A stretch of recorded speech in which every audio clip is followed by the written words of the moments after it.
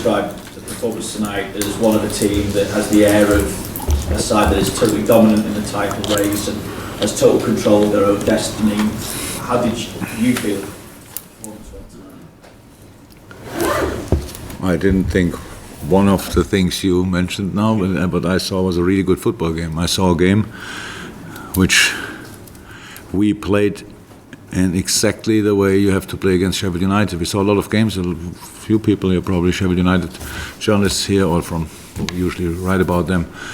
I don't think there were a lot of games like this in the last year, in 2019. So that was the biggest and the best thing what the boys did tonight, that they didn't let them get anything of the game, which is really difficult, the way they defend, but we did really well.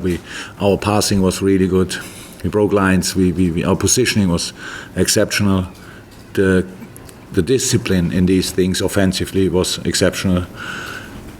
Because of the way they set it up, it's difficult for counter-press. Because I passed pretty much the first ball immediately into the one of the two strikers, but still it was really good how we reacted then. The centre halves were spot on, handle around that, outstanding.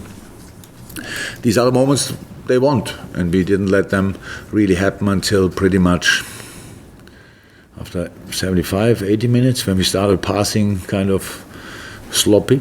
But then you saw they were not broke or whatever after 80 minutes without possession pretty much. They were still waiting for these situations. So we could get concentrated again and control again, brought it over the line, and very, very well deserved. It's now a year without defeat in the Premier League as well. You said immediately after the game there's still room for improvement. It is. What does that say about your team, the mentality? I said it before, because they are smart. We know that there's space for improvement. That's not how you deal with it. Then now in the headlines, I couldn't care less, because it's just we don't see it as a threat for other teams. For us, it's important. We just care about us. We can do things better, and we have to. But I saw some things which we did already much better than the last game, for example, which helps, and helped tonight a lot. You saw that the team in the dressing room, there was no party or something like that. There are two reasons for it. It's not that it's really an intense period of the year. So it's not like somebody wants to go out tonight and have a few drinks. So they're all happy when they're in the bed. And so am I, by the way. And because this player wants to do better, knows that he has to do better in this or this situation. But for tonight, as all over performance, it was as good as anything. It was just really, really good, and that makes me quite happy, to be honest. Okay. I mean, short press comments. You don't have to. Sam, yes. You don't have to, right? No, you know that. It's such a long run now without defeat, and you're going into an FA Cup game big time. Do you have to keep that momentum going in the cup, or can you risk it? I mean, can you risk making a lot of changes, or do you have to make them? So what I will not do, I will not tell Carlo Ancelotti tonight the lineup, but I will do what I think is right to do. Some things I can decide by myself, I will, and some things the medical department will tell me. The medical department will tell me. So that means I don't know in this moment what the lineup will be, but it will be the best possible for us in this moment. And for this game, so you can imagine, I know that, I'm pretty sure that Carlo will not make a lot of changes. For him, it's like he started already really, really well, but now having then the opportunity to win at Anfield, which didn't happen for a few years, that's another big chance what they see.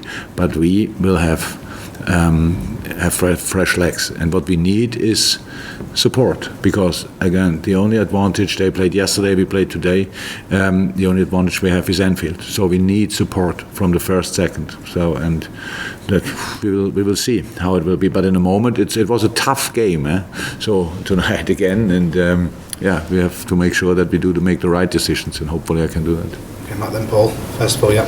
You spoke there about team selection, fresh legs, navigator, pretty much. I don't know exactly what he has. It was the groin, but I can say already he will not be involved against Everton. That's makes it 12 adult players we have, and plus the kids. So that's not cool. That's not cool. Cannot change it anymore. No clue how it happened. I think it was the last shot in the warming up when he felt something. Came in, was limping. Everybody who played football had this kind of injury in it. That's not nice. It's painful. So don't know exactly what it is or how long it will take, but I can say already he will not be ready for Sunday. Okay, Paul, any final ones before we go first? Jordan Henderson's been very consistent for a long time, but especially in the last sort of month since the Fabinho injury. Could you say a few words just about, I know he's the key captain, but could you give an appreciation of his performances? You need my words to do that. So first of all, must hope it stays like this. Yes, he's exceptional. Yes, he's outstanding. I would have to say what Ginny and Hendo, especially now, because they had the biggest number of games where they play there, it's just incredible, absolutely incredible. I don't take that 1 second for granted. If anybody still who is with us doesn't see the quality of Jordan Henderson, I can't help him. I can't help. So. Is Hendo the perfect football player? No. Do I know anybody who is it? No. Is he unbelievably important to us? Yes. He didn't like the position 6 when he saw how good Fabinho is. I asked him, I don't know when, 2-3 weeks ago, when he played already exceptional on the position. And I know you don't like the position, right? And he said he was laughing. Before that, he played centre half. So I don't know exactly what Gareth Southgate is now doing with him, which position he will play there. But there are a few options, obviously. Yeah, you see in life, character and mentality helps always, and in this case especially. But for me, it's only difficult to speak about one person positive, because I always feel I have to mention all the others as well, because it's just I don't take it 1 second for granted. We have 13 adult players and go through this period. Now after tonight we have 12. Takumi coming in, makes it 13 again. Nate Phillips, if you want to count him with 22 years as an adult player with no Premier League experience, makes it at least for 1 or 2 weeks. 14, that's it. So, and that's what we have to make sure. That's why I said, whichever lineup I will choose for Sunday, and I don't know it in this moment what we need. If you want to go through, anybody in a Liverpool shirt, if you want to go through, then throw your soul on the pitch, because we need your voice, 100%. Final questions. Bearing in mind your team's record for the last 12 months and the comments about Chris Wilder in the pre-match programme tonight, have we just seen the 2 prime candidates for manager of the year on the touchline at Anfield? I said it before. I really couldn't respect it more. So it shouldn't really sound disrespectful when I say I didn't know about Chris Wilder before. When I said I have enough to do with knowing everything about our opponents, and if when you're in a championship, then I see some games, but not all of them. I heard about the special setup, tactics, stuff like that, but saw only 1 or 2 games. That doesn't help in life. So, and that's what I wanted to say. It's just exceptional. The unbelievable thing, and that's for Chris important, like it is for me very important, that there's no perfection. He knows that there's no perfection. So we played tonight in a way where they struggled, with which they struggled. That's how it is. We did really well. It's not easy. We didn't do it as good at Sheffield.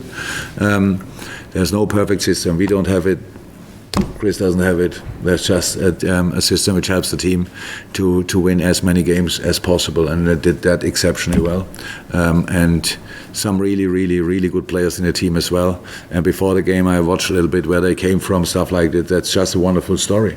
That's a wonderful story. We have players, they played I don't know how long in lower leagues, and then did that way together with Chris and the team. That's outstanding. And how's that? Couldn't respect it more. Thank you. Cheers, guys. Thank you.